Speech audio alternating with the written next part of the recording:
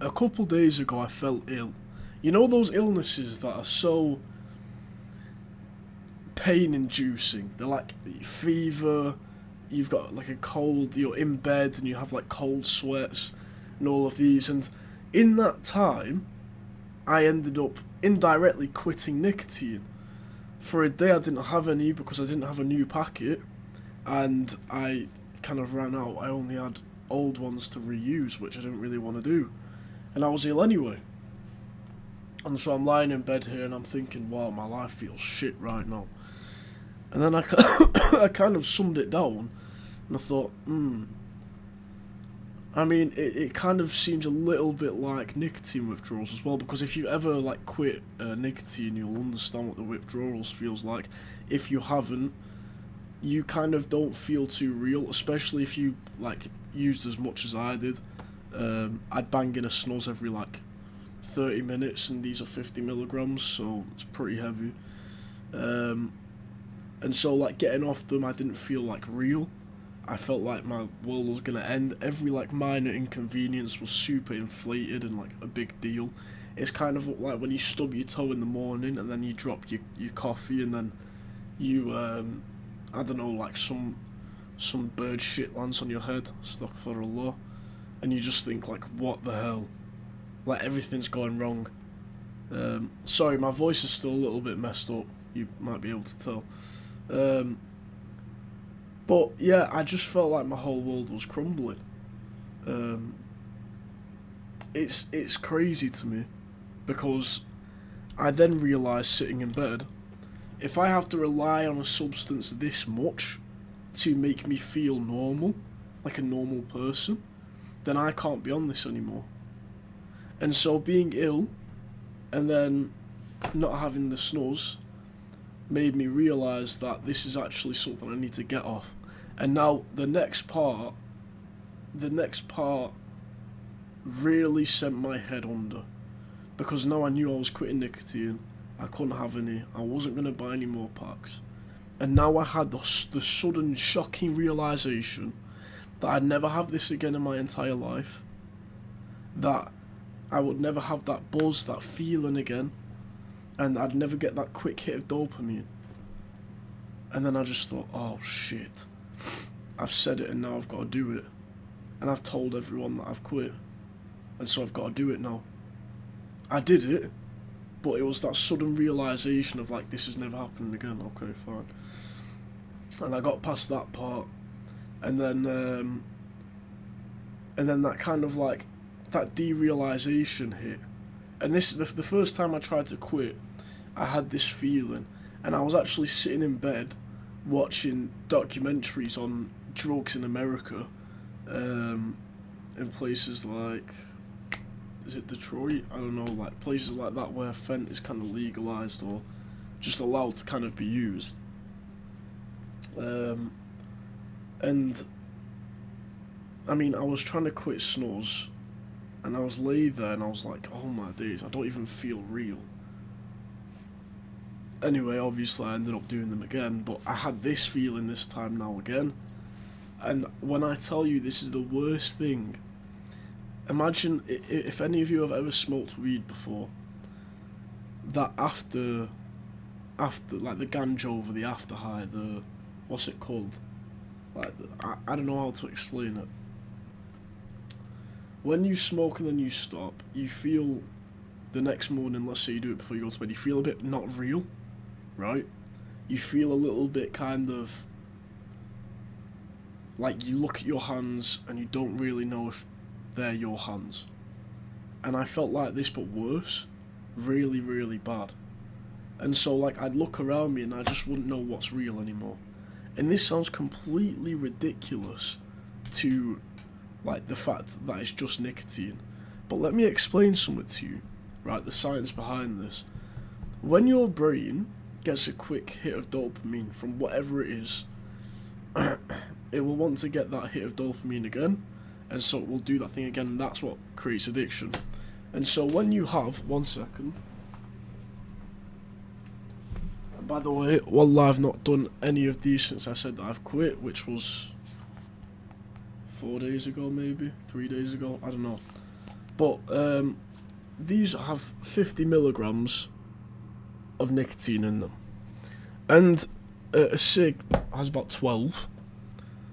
If you really think about the amount of dopamine that nicotine, that much nicotine, is releasing in your brain, that is unparalleled amounts. Like a lot of people in America use zyns, and they're like, oh, 5 milligrams hits hard, guys. Imagine 10 times of that. And this isn't some kind of flex. This is how fucked up these things are. 10 times that dopamine spike, and then every 30 minutes.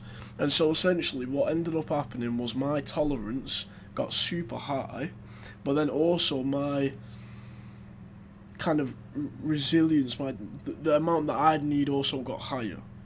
And so I'd need this much to satisfy like this much dopamine, and then when I quit, boom. And so I still needed this much to feel happy, but I was getting this much.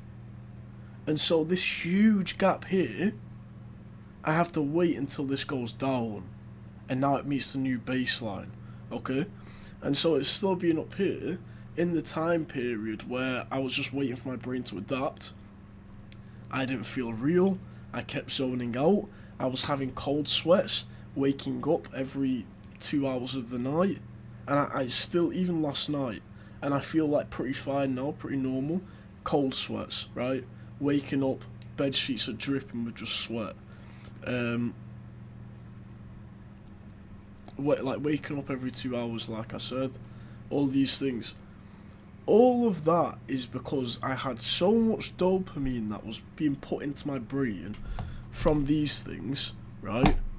That when I got off it, the crash and the level out needed was crazy. It was insane. And so I urge any of you that does this, right? That does these Pablos, that does Zyns, that do, I don't know, Velos, whatever you like want, get the flip off of them. I was speaking to my boy, and he said, when he quit snus, he felt the same. Like his hunger went up, like he wanted more food when he quit. His mind got clearer after a while. Any inconvenience though felt like a huge task, which is what I explained a little bit earlier. He could think clearer, and he could like solve problems better. And yeah, I mean, there's multiple benefits. I can't explain it. Like the level of clearness you'd feel after just troopering out all of those awful like side effects, all those awful all the awful effects of your brain trying to level itself back out to this new baseline of dopamine that we need. It's so worth it, because now I feel happy and grateful and just happy to be alive without me having to do anything. I just naturally, this is my natural state, which is sick. But if I was still on these, I wouldn't be able to do that. You know? And I don't even like having these near me. It's funny because I'm not even getting cravings. I don't get cravings to have them. Or it would be nice to have a snus after this coffee. But that's not a craving, right? I don't even crave those. Yet, so many people, the part they struggle with is the craving of it. I don't think that's the hard part. I think if you just say no, I don't even like them, you're not gonna crave them. The hardest part is the actual like waiting for your like baseline dopamine to come back down. But anyway, I've also not really been active on here for a while. The reason being was my mentor said to like just stop with that and try to stay consistent with the cold calling. I ended up not doing that, and I started playing more games.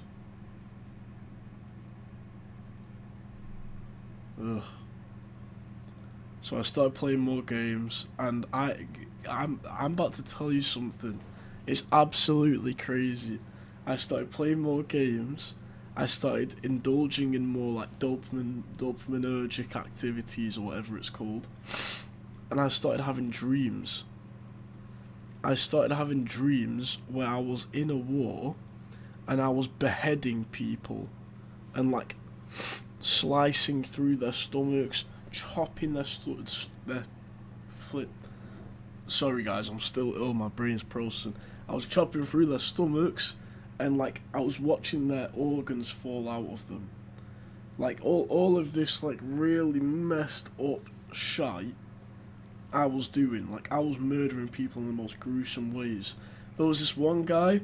I grabbed this spear and I shoved it through his neck here, out the back of his head, and he just dropped down. But because his head was on the spear, it like he didn't drop normally. He like slid down. Anyway, right. The point is, I was having awful dreams. I was having dreams where like people around me were dying, people I loved were dying, all these things, and do you know what? I realised that it's all because the person who I wanted to be just didn't match with what I was currently doing. Because if I wanted to make all this money, if I wanted to be this successful businessman, he's not going to sit there banging snows and playing Apex Legends or doing some dumbass stuff. Like, it just doesn't make sense. And so, like, I was fighting this internal conflict, knowing that I shouldn't be doing it, but then making the excuse of I need a break or, like, some stuff. And so that's why I kept kind of playing the games. And on top of that, all of my stuff got hacked. Okay, so my Facebook business manager. I'm just gonna turn this fan off real quick. My Facebook business manager, so the business suite, the ads manager, clients ads managers, and what ended up happening was I got shut out from them, and the client did as well, and then they started spending from the client's card to ads, right? And it must have been some kind of weird e-com ads, I don't know. Anyway, very strange. I had to get in contact with some people and, tell them that they need to freeze their card and get a new card and stop any meta transaction. I don't know, very strange. They also tried doing that to me, which was dog shit.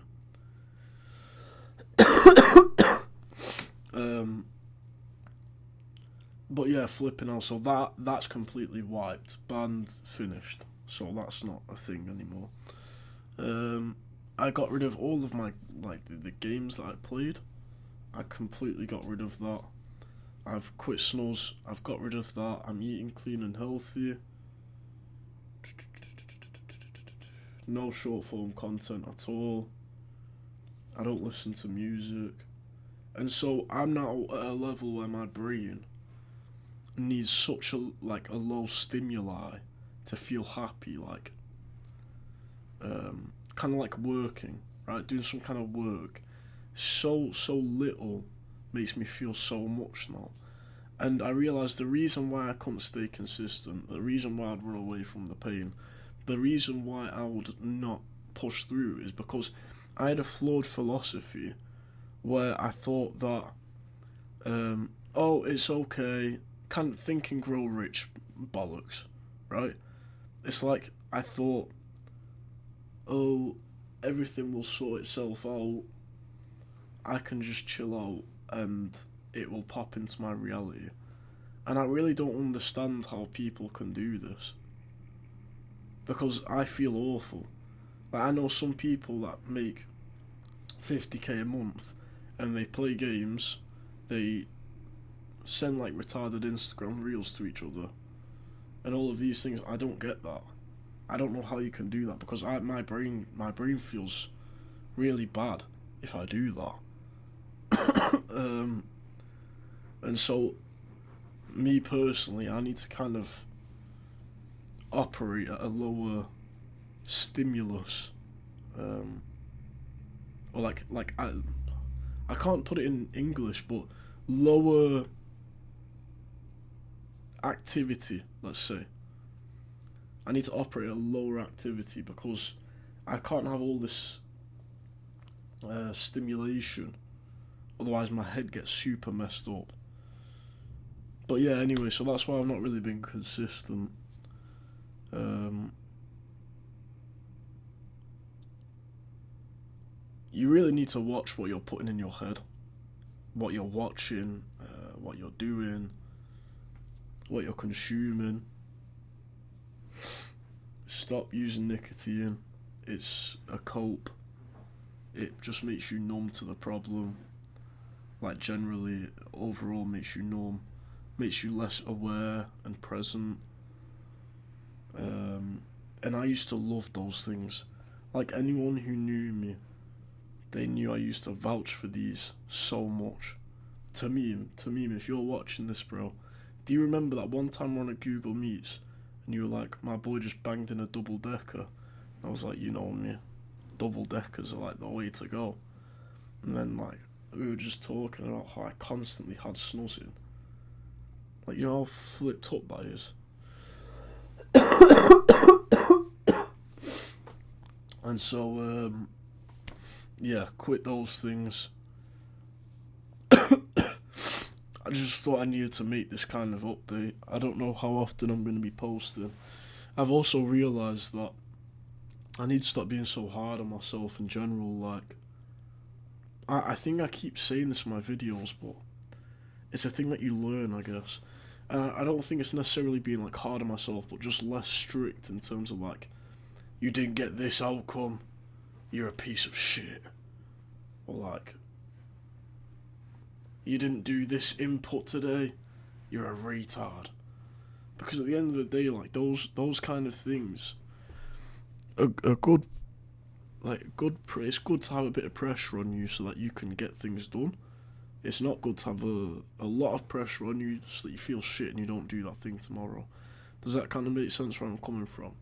If it does, leave a comment. If you got this far, comment pair. But yeah, flipping hell. I don't want to make this too long. I've learned a lot, so I might condense it into some YouTube videos. But yeah, kids, I mean, if you're seeing this, you've just kind of watched your dad in real time, like, overcome something that was quite bad. And that shows that you can too. So, don't be pussies. But if you... Do you know what? If you actually, like struggle with some, I don't know, maybe have a cocaine addiction, which you never will have, not my kids, but if you have, like, addictions or anything, you can just tell me, you know, because there's no point in not. Anyway, get over your addictions, cut out any simulated, like, dopamine that isn't needed. And yeah, boys, apologies, I've been a little bit ill. You can tell by my voice, my head's a little bit messed up, and I've done a lot of fucking talking over the past 18 minutes and 33 seconds, so yeah, have a good day, everyone, and I just thought I'd give a quick update.